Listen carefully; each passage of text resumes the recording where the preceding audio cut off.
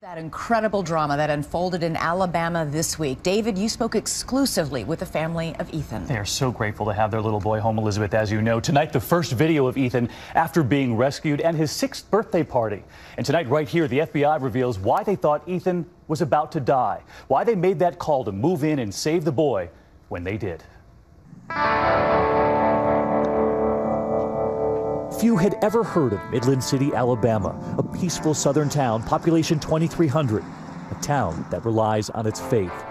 And no one here ever dreamed that faith would be tested after what happened on an ordinary school bus at the end of an ordinary school day. It would set off a 6-day siege of terror.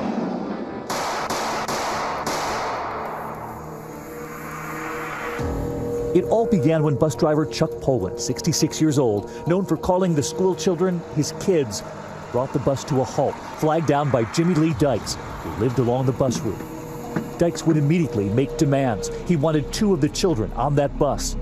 And sitting up front in his favorite seat, a 5-year-old named Ethan. Tell me where Ethan was sitting, and did he usually have a name tag on his seat? He had a name tag up here where it said Ethan. Terica Singletary was on the bus with Ethan. She showed us where she was sitting in the back. She could hear those terrifying demands up front. You said he kept threatening. And what was he saying?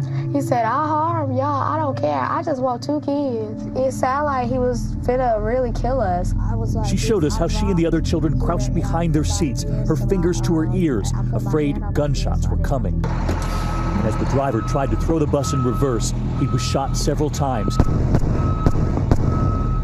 He was dead, and the gunman grabbed the first child he could get to, little Ethan. The child is on the line with us. I just advised him that the bus driver's been shot. Just had a bus driver shot, possibly deceased. Suspect has removed the child from the bus. The children watched as Dykes pulled Ethan away, and they knew they had to get themselves off that bus, back through that front door, walking past the bus driver, Mr. Poland, who was slumped in his seat. And by then, Ethan was gone. The shooter, Jimmy Lee Dykes, had taken him onto his property and down through a hatch into a bunker he'd made himself.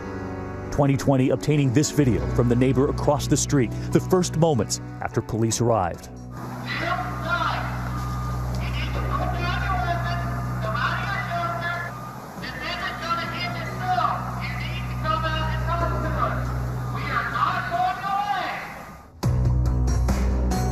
The entire neighborhood under lockdown, and Rhonda Wilbur, who lives across from Dykes, got a frantic text from her husband and son, who were still at home.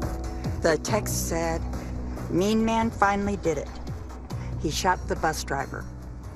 So people who lived all around here call him Mean Man. Yes. We're hearing bus driver dead, 1 kid hostage. Right. And by then, Ethan was down in the bunker. The Mean Man, as they all called him, Jimmy Lee Dykes, was a man neighbors had grown to fear. A decorated Navy veteran, he'd grown suspicious of the government. He was known for his rants, and he was always carrying a gun. He usually had by him at least a rifle and a shovel. You thought for years he was a ticking time bomb. Yes.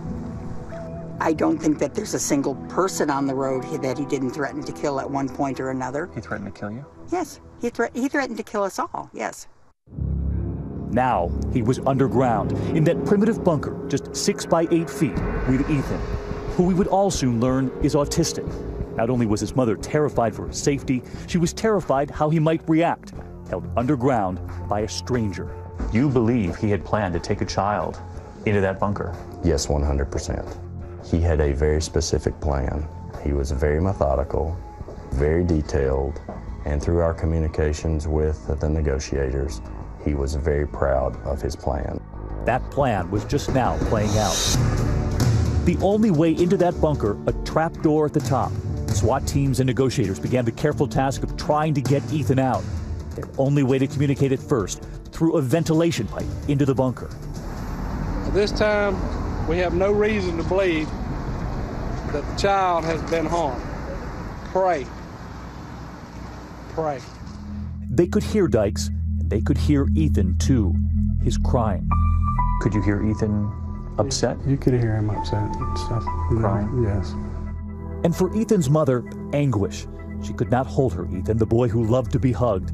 How do you tell a mother that it's going to be okay when her boy is in that bunker? she asked me this question. She said, "Pastor, what have I done wrong?" Ethan's older brother Cameron never leaving their mother's side, speaking to 2020 for the first time. One of the hardest things for your family was not being able to hug him, because Ethan loves to be hugged, right? That's correct. And it was very hard not to be able to physically touch him and hug him and, you know, really be there for him. The shooter. Negotiators could also hear something else, a TV on in the bunker.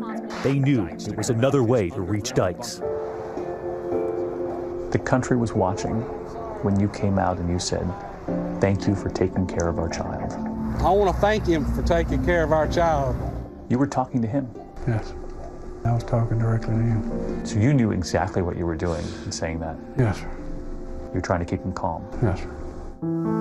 They were also trying to keep Ethan calm, convincing Dykes to allow them to drop in his medicine, his coloring books, a toy car, a toy dinosaur, even Cheez-Its crackers. And how would they get those items in? Not through the pipe, but through the hatch at the top of the bunker. They were told to leave them there in order to get away.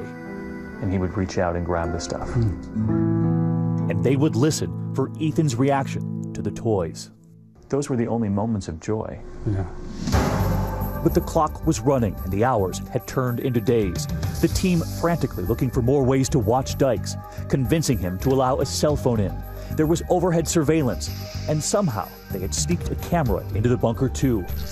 The FBI won't say how they got it in or how much they could actually see. You could hear what was going on in the bunker. I can just tell you we had a really good idea of what was going on inside the bunker. And because they knew what was unfolding in that bunker, it allowed the team to send text messages to Ethan's mother, his family, and those messages were enough to keep them going. And we did know when, at times, he was asleep. And that was normally around 9 o'clock at night. So they would at least be able to tell you he's gone to bed for the night? Yes. We normally get a text or something that he had fallen asleep. Was that at least some comfort? That was actually a lot of comfort, where I could actually go lay my head down. Dykes was demanding a reporter and a camera be sent in so that he could send out a message. But his motive still unclear. Authorities knew that option would not work, and they were at work at a makeshift bunker, practicing not far from the real bunker where Ethan was being held. You know that if you rush anything, you do anything the wrong way, his life is in danger.